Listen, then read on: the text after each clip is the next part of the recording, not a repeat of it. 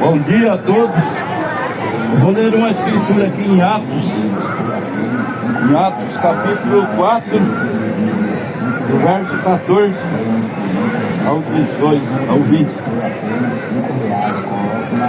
Vendo estar com ele um homem que fora curado, nada tinha que dizer em contrário.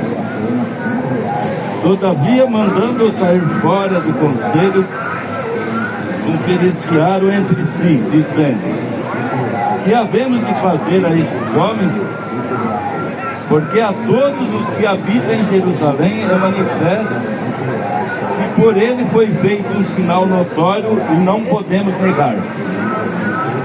Mas para que não divulguem mais entre o povo, ameacemos-los para que não falem mais nesse nome a homem algum. E chamando-os, disseram-lhes que absolutamente não falasse nem ensinasse em nome de Jesus. Respondendo, porém, Pedro e João lhe disseram: julgais vós se é justo diante de Deus ouvir vós antes vós do que a Deus? Porque não podemos deixar de falar do que temos visto e ouvido.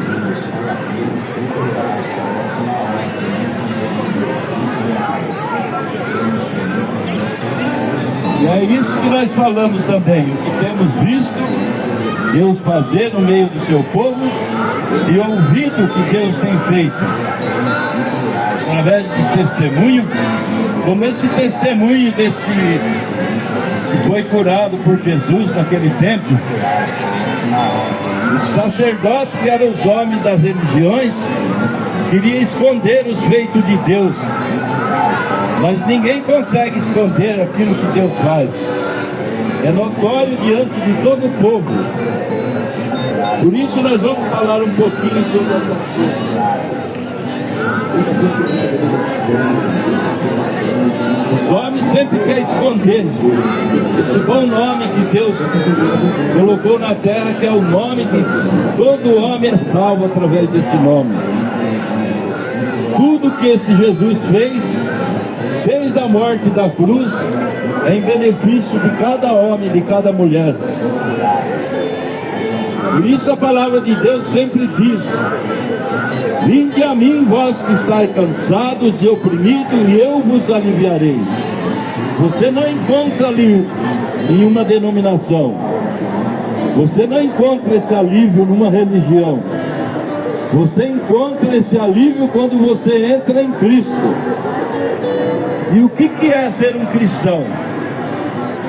Ser um cristão é você entrar em Cristo. Ser um cristão é estar nas Escrituras e as Escrituras estar dentro de você.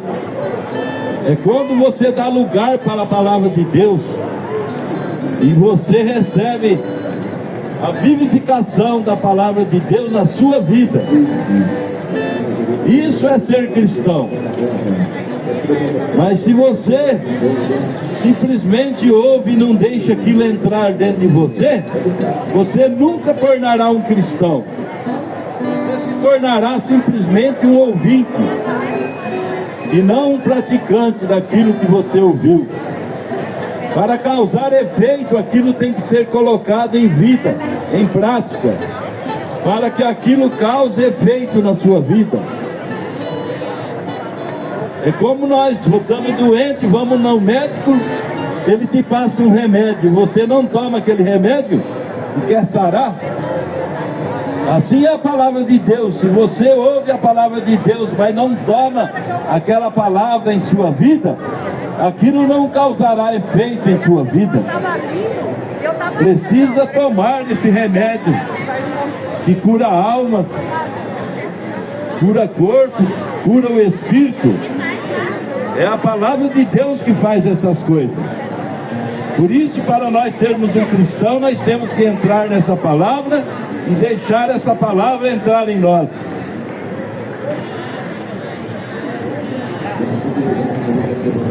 Tudo que nós fazemos é em torno dessa palavra. Mas os homens naquele tempo queriam que negasse os feitos que Jesus tinha feito, mas não conseguem negar. É a mesma coisa, se eles tomarem essa Bíblia de nós hoje, eles não conseguem esconder que Jesus é vivo, porque Jesus não está mais na letra somente, ele está na vida do crente, na vida do cristão. Por isso que esse evangelho é pregado, para que aqueles que ouvem esta palavra receba isso na sua vida e ponha em prática. Mas Deus, ele não obriga ninguém a fazer a coisa por força. Tem que ser por fé, por um desejo próprio na sua alma. Deus, ele não é aquele que força as coisas. Mas há uma preocupação conosco. Será que eu estou em Deus e Deus está em mim? Essa é uma preocupação que todos os homens devem ter com a sua vida. Não é basta colocar o seu nome numa igreja e achar que aquilo está bem. Você tem que estar preocupado se está bem com Deus. Você pode dizer, eu estou muito feliz com Jesus, estou alegre com Jesus. Mas será que Jesus está alegre com você? Com as suas atitudes, com as suas maneiras? É isso que importa. Se Jesus está alegre com você. Jó estava numa situação bem triste, acometido da enfermidade e da lepra. Jó estava muito triste na sua carne. Mas com Deus não, com Deus ele estava alegre, feliz. E o mais importante é que Deus também estava feliz com Jó. E mesmo Jó naquela decadência, naquela enfermidade, naquele problema, ele não amaldiçoava Deus. Ele sempre exaltava a criação. Ele amaldiçoava a si próprio. A ponto de Deus dar testemunho de Jó. Deus não estava triste com Jó, ele estava alegre. É assim que nós devemos sentir diante de Deus. Se Deus está alegre conosco. Por isso, cada homem, cada mulher tem que agradar a Deus, não agradar aos homens. Aqui, como eu li nessa palavra, devemos obedecer aos homens ou a Deus? A Deus. Só que os homens querem que nós obedeçamos a eles em vez de Deus.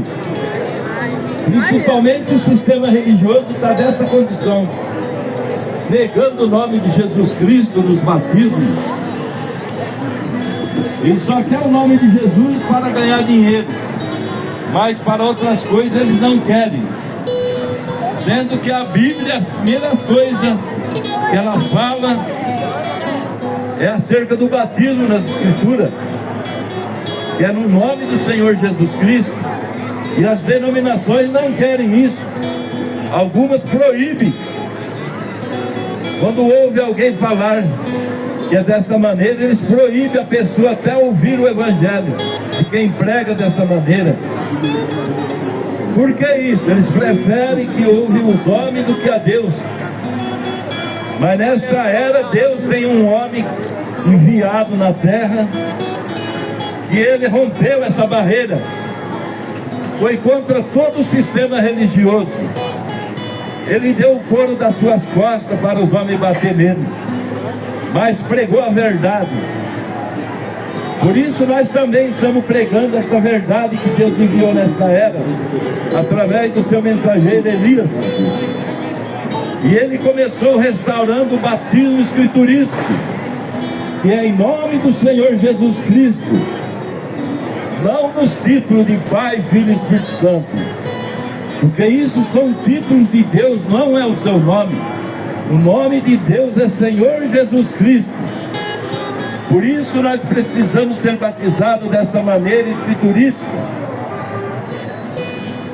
Precisamos crer em Deus da maneira escriturística. Os homens têm feito de Deus um cacho de uva. 3. Mas as Escrituras dizem que Deus é um só. Ele é o primeiro e o derradeiro, o princípio e o fim. Ele é o único Deus, o Criador de todas as coisas, que enche os céus e a terra. Deus não é limitado para estar somente em um lugar e não estar no outro. Ele enche os céus e a terra. Por isso ele pôde se derramar na igreja lá em Pentecoste, em cada coração que fazia parte daquela igreja. Aquele que estava em obediência à sua palavra. E nós estamos aqui nesta manhã pregando esse mesmo Jesus que estava lá com os discípulos, está aqui conosco. Porque esse próprio Senhor Jesus Cristo, Ele é o mesmo ontem, hoje e eternamente. Por isso que os apóstolos perguntaram para Ele: Senhor, mostra-nos o Pai, isso nos basta. Ele falou: eu estou há tanto tempo convosco, não tem de me conhecido ainda? Quem vê a mim vê o Pai, como diz tu, mostra-nos o Pai. Há tanto tempo estou convosco. Está vendo aí como que é o mesmo? Não é o segundo. E hoje nós estamos vivendo numa era em que as igrejas, o povo quer congregar onde? Onde tem uma igreja muito bonita. Bonita é as paredes, é os bancos, mas o que se prega ali dentro não tem vida.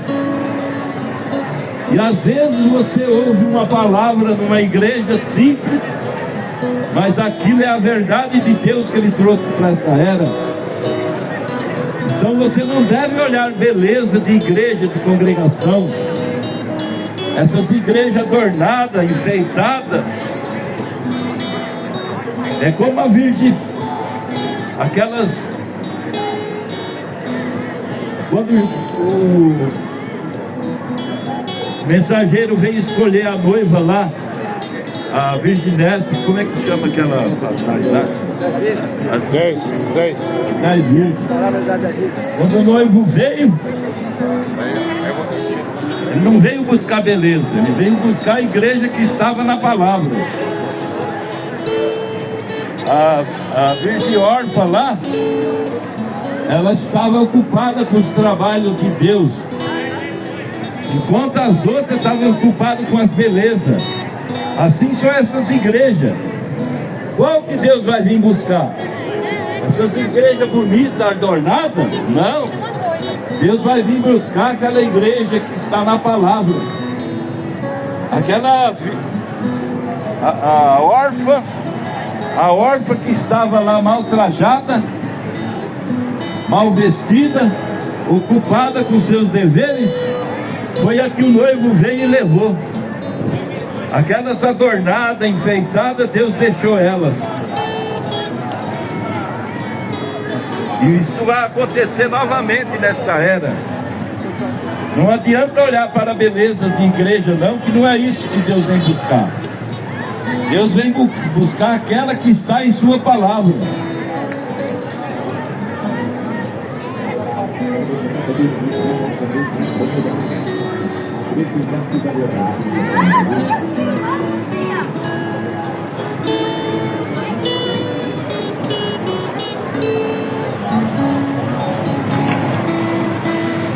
O cristão, aquilo que eu disse, que o cristão é aquele que está em Cristo e Cristo está nele.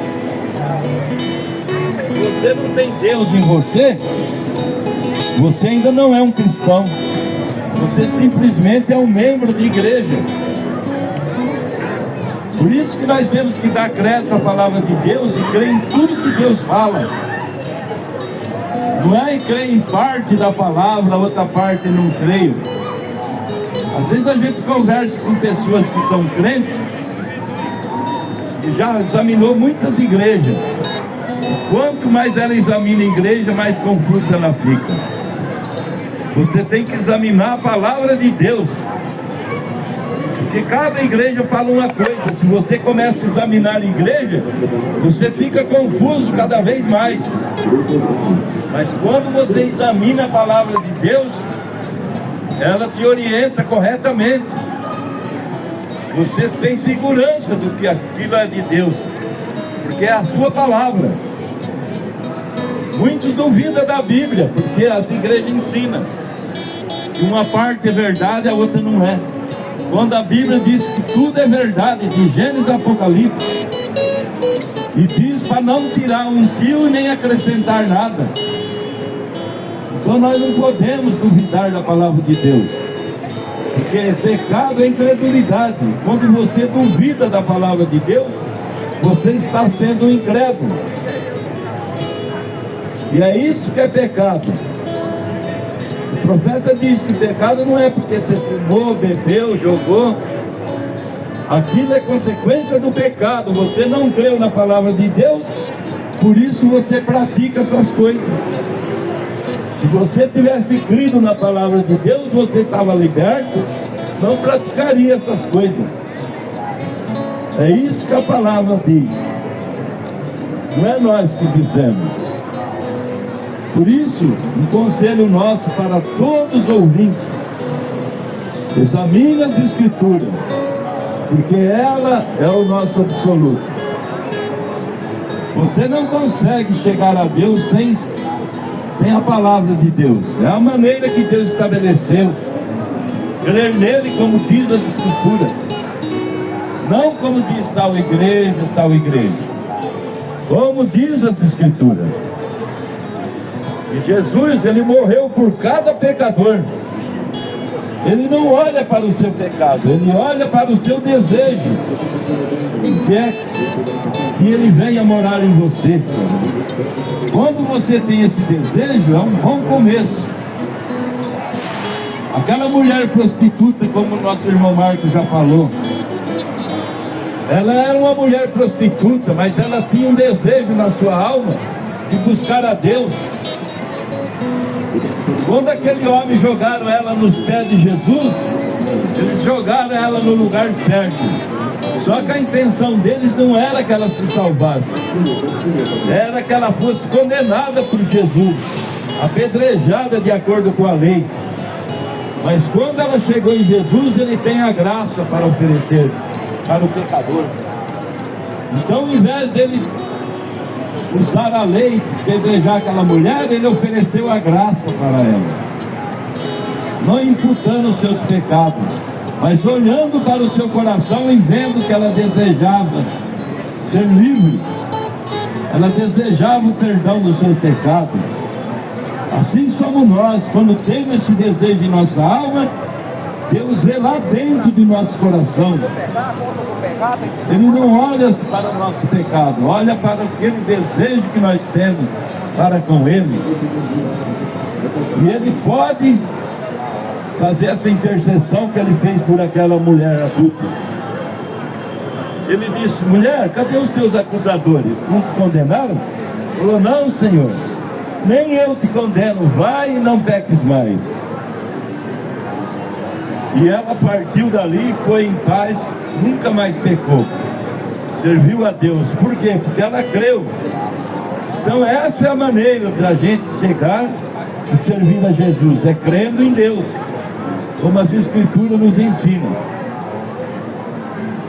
E o primeiro passo sempre é esse, é o batismo nas águas, no nome do Senhor Jesus Cristo, com arrependimento sincero. Não existe outra maneira. Esse é o principal objetivo de Deus, mandar pregar o Evangelho, para aquele que crê não pereça, mas tenha a vida eterna. E a vida eterna é Jesus Cristo. Então nós vamos encerrar por aqui. O irmão Marcos depois dá mais uma palavra. Agradecemos a cada um que ouviu e damos um conselho: dê ouvido a palavra de Deus, que você será bem-aventurado. Agradecemos no nome de Jesus Cristo. Amém.